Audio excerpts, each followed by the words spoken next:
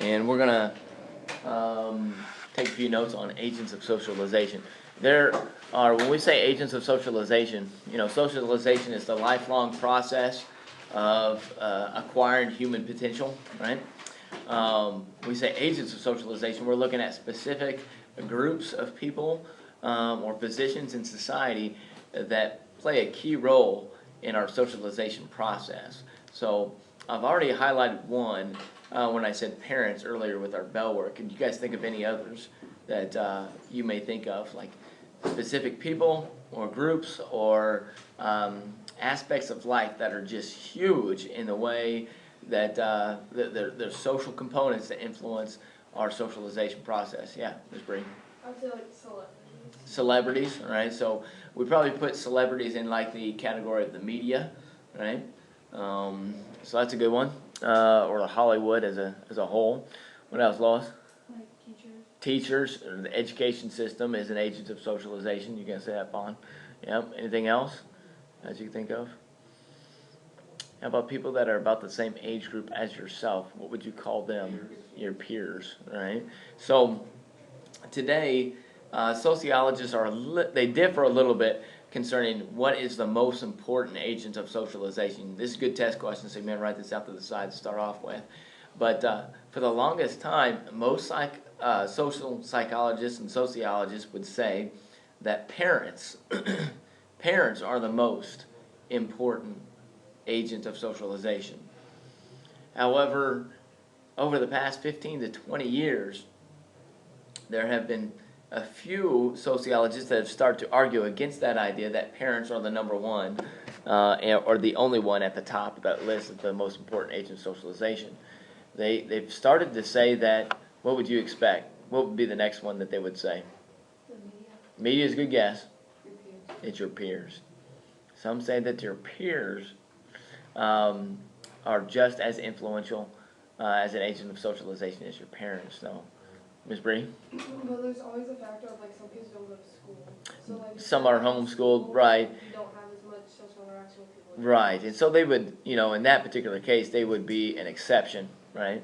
So we're thinking about like society, culture, American culture as a whole. So the typical student is going to be going through the educational system that way. But why would you think that? Why would peers be rising up the ladder and parents not necessarily being unanimously the top of the top? Ms. Elko? Well, because like we're starting to see that kids like want to be like their peers, and they're like starting to like rebel against like their parents. They don't really care what they have to say. They want to look like cool to it. Right. A lot of that happens, especially during adolescence. You're looking at your parents, you're looking at your friends, and you're like, I'm not sure who I want to be like, right? So you go through this identity crisis. Ms. Fawn? Also, like nowadays, you spend a lot less time with your parents. Right. Versus like your peers, because you're at school all day long. And So after school, work.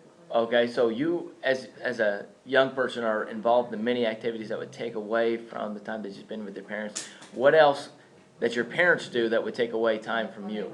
The amount of time that they work. Just the expectation, culturally, socially, expectations to have two working parents.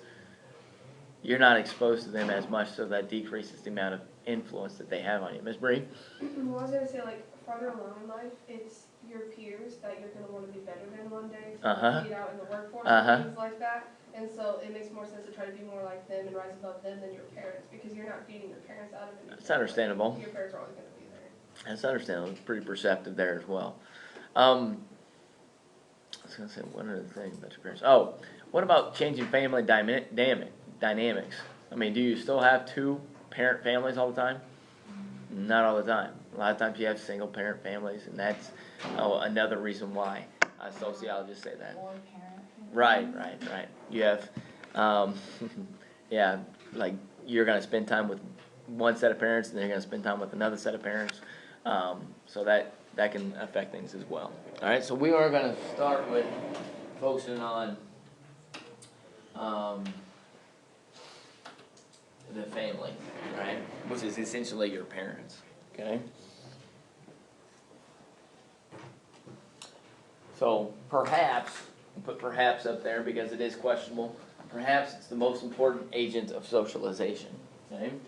And a lot of that, somewhat in our classroom environment right now, we're thinking about our particular time period, our stage of development, right, as high school students.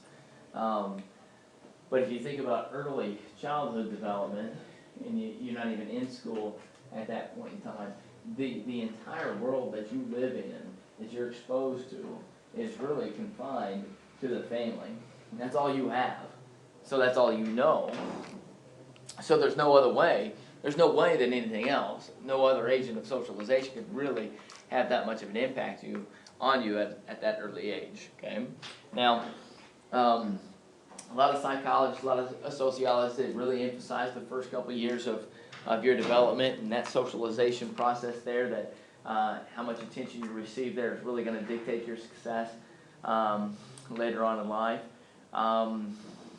However, things have changed a little bit. Plasticity, the knowledge of how plasticity works and how it occurs over the course of lifespan kind of changed, especially social psychologists' perspective concerning early childhood development, but it's still really, really important.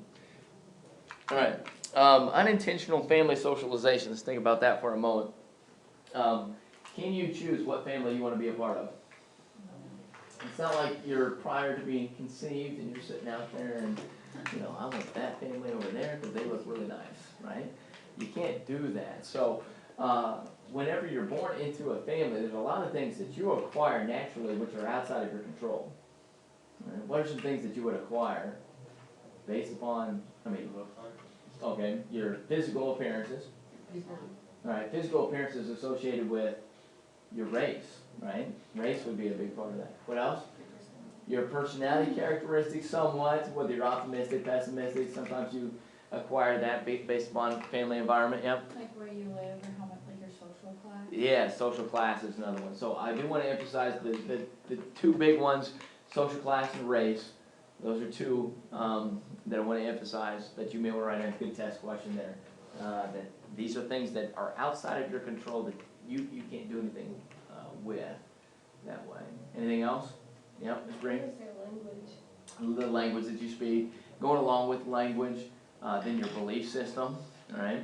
Your belief system is really not necessarily, a lot of times we would like to think that we have control over that, but a lot of times we acquire the belief system of our family, right? Imagine if you were born into, say, a culture in the Middle East. You would be much more likely to have a Muslim faith, right? Rather than Christianity or Catholicism or Judaism, whatever else it may be, okay? So all that is contingent upon, what family you've been born into, okay? We kind of hit on this as well, parental attention. The more parental attention you have, it leads to increased intellectual growth. And the less attention you have from your parents at a young age, your intelligence has a tendency to suffer as well. Yeah. With that, does it matter, or does it affect you differently between your mom and your dad? Is there certain things that you would get from one or the other with more attention from? What they see is the variable that they look at a lot of times is the role of the father and how much the father plays a role in, and that's the one that they can measure easiest because fathers have a tendency to not be there in some scenarios. And so they have a lot of research that suggests that when the father is involved, intelligence does take off. Right? There's a lot of good things that go along with that. And there are some issues that come whenever the father is not there, not involved in the scenario. But ultimately, attention, we say a lot about attention is very helpful.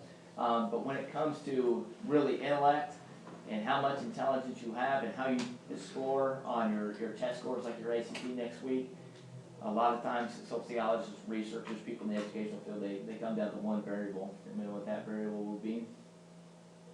It is one of those that is outside of your control that you're born into. It's your socioeconomic status.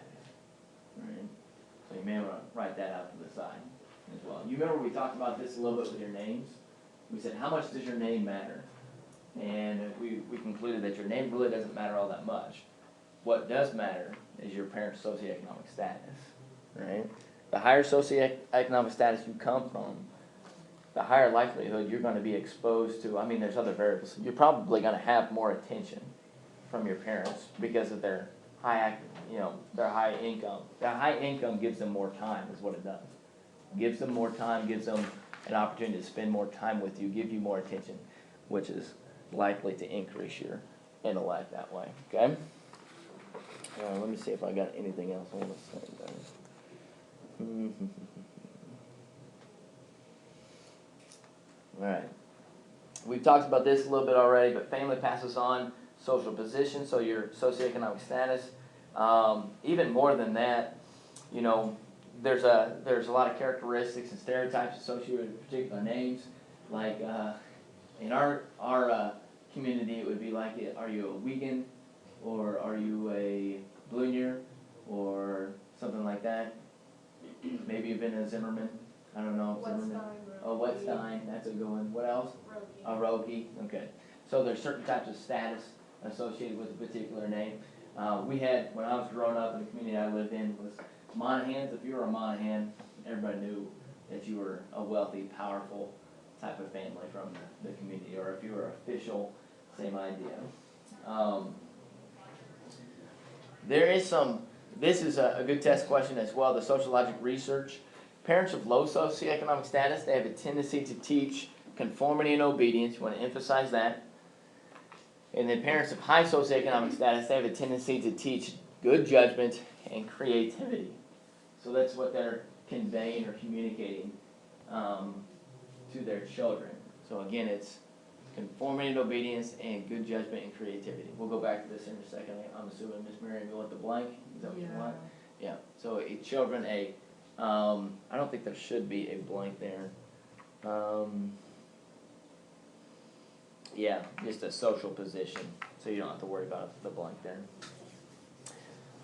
All right, so the question is why? Why is it that parents of low socioeconomic status teach conformity and obedience, while parents of high socioeconomic status teach good judgment and creativity? Ms. Breen? Well, because if you're of a low socioeconomic status, then you're going to have people above you all the time. And you're going to have to know how to conform and be what they want you to be and how to obey to keep your job. Exactly. Right after the side, it's all about the jobs, okay? All about the jobs. So if you are a parent and you're a low-income family, you're probably going to have a low position. So you have to, for you to be successful and maintain your position at that job, you're going to teach conformity and obedience to your children, because you're thinking that that's what's going to make them successful. But essentially, if you just teach them obedience and conformity, you are putting them into a place so that they can have what type of job? They would have the same type of job. So it becomes cyclical. You may write that out to the side as well, right?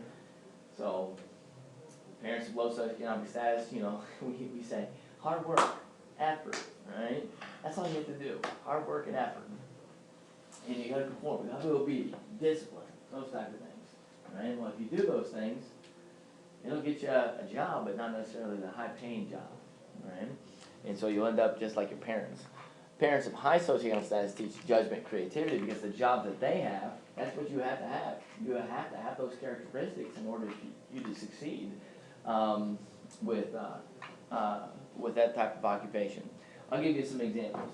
The family that I grew up in, my parents, probably a little bit more towards the lower side of the social class ladder. My dad, kind of a small farmer.